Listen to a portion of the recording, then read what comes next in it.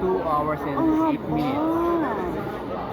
Yung working with John was But can you, let me know sa journey, paano kayo nagsimula? Paano mo na-offer kay John Lloyd? Yung project, paano nagsimula? Haba pala nun. hindi ko personally kilala si John.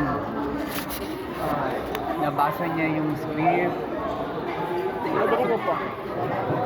Nabasa niya yung script, I think, through Love Diaz. And then, binigyan niya yung number ko. Naging interested siya, kinontak niya. And then, Siya mismo kumontak sa inyo, no? wala akong Idea about wala him. wala rin akong plano na mag-cast ng A-list. Why po? Medyo aloof ako doon sa may gap. Meron pakiramdam ako may gap eh. Yung A-list tsaka yung aspiring.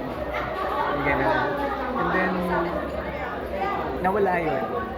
Nawala yung ganung pakiramdam. When po nawala? Nung nakatrabaho mo na siya or First prior? day. First shooting day? First meeting namin. First meeting. So nagharap kayo? Nag-jive yung mga pananaw, mga gusto namin sa production, yung pagsunod ng standard working hours, more than the filming, more than the sa collaboration. Yun yung unang pinag-usapan namin. Ayun, then from there, ang daming nangyari pa. So kailan to nangyari? 2 years ago? 3 years Sa ago? 2018. Pandemic? Apo. Before pandemic? Yes. Okay. Nasa Nagbiyasan.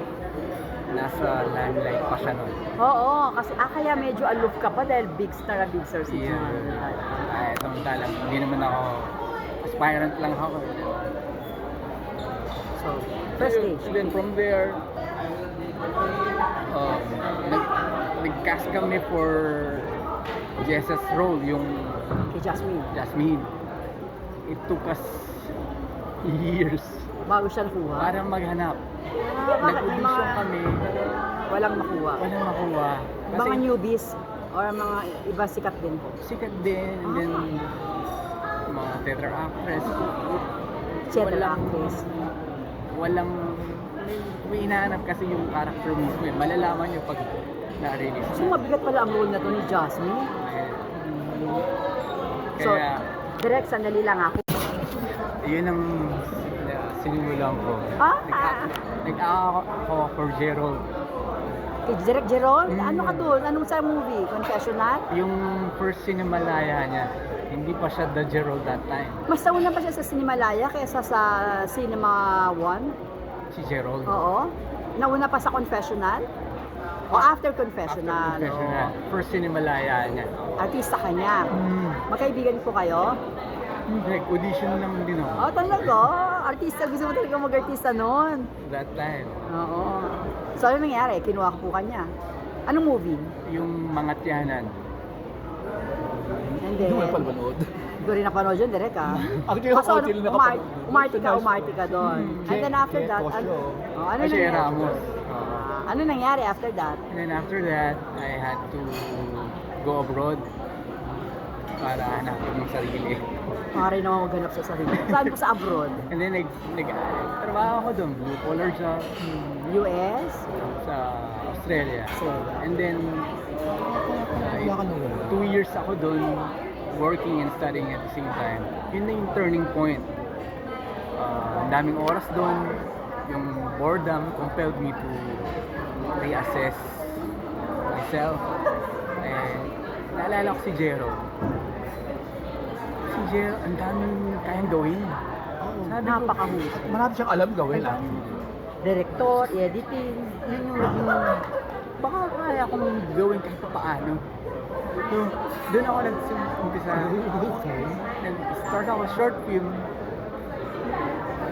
Nag-shoot ako sa Sydney while doing my stuff. Pero muna, paano kayo nag-contact ni Gerald? Nag-audition ako. No. Late na mag-direct ka na eh. O habang nasa Australia ka, hinanap mo siya? Hindi, before. Before ako umalis. Hinanap, nagkaroon ka na ng ano. Mm-hmm. So, baon-baon mo yung mga natutunan mo kay Yun, Gerald. and then, prior to that, yun yung bumukas na yung digital filmmaking eh. Nagbigay ng free workshop si Sir Ed Cabagnot sa CCP. Enroll ako doon. Pero, intimidated ako sa filmmaking. Why? Kasi nakikita ko si Gerald, nakausap ko siya, paano ba yung ganito? Ang naalala ko sinagot niya, you need to edit it. Yung scene, sa isip, naka-edit na siya. At sa kanya naman, through music, yung composition ng music, yun yung eksena daw niya. Something like that. So, di ba, intimidating yun. Oo. So, it took me a while bago pag-isipan na, kaya ko ba itong gawin? And then, bumalik ako, nakapasok yung short film ko sa CD, Teka, anong year po yan? 2010 to Natapos mo shoot sa Sydney. short Pagdating films. mo, Short films ampak, muna. sali. Ilang taon ka na ba? Ilang taon ka ba noon? Why you look so young? 30. 30 na ako na. 18. 30. 30? Mukha na ba akong bata Wala pa? akong... So anyway, ano yung first film fest na sinalihan ng short film mo? Live and Love Saan yan? sa Sydney. Si Sydney. Okay. Anong pangalan ng film fest? Is Sydney International, gano'n? Government, ano rin siya eh, sponsored eh. Maliit na festival lang siya. Anyway, sinali mo. Yung sinali mo? Ano Sinali ko siya. Ha? Then, surprisingly, Nanalo. may naka-appreciate. Oo. Win. Nanalo ng Audience Choice Award. Kasi in-extend nila yung festival, dapat nagsabi na yung organizer, ako yung nasa top 1. In-extend nila, so sumali na yung mga professional. Yun na. And then, yun na, nung bumalik na ako dito,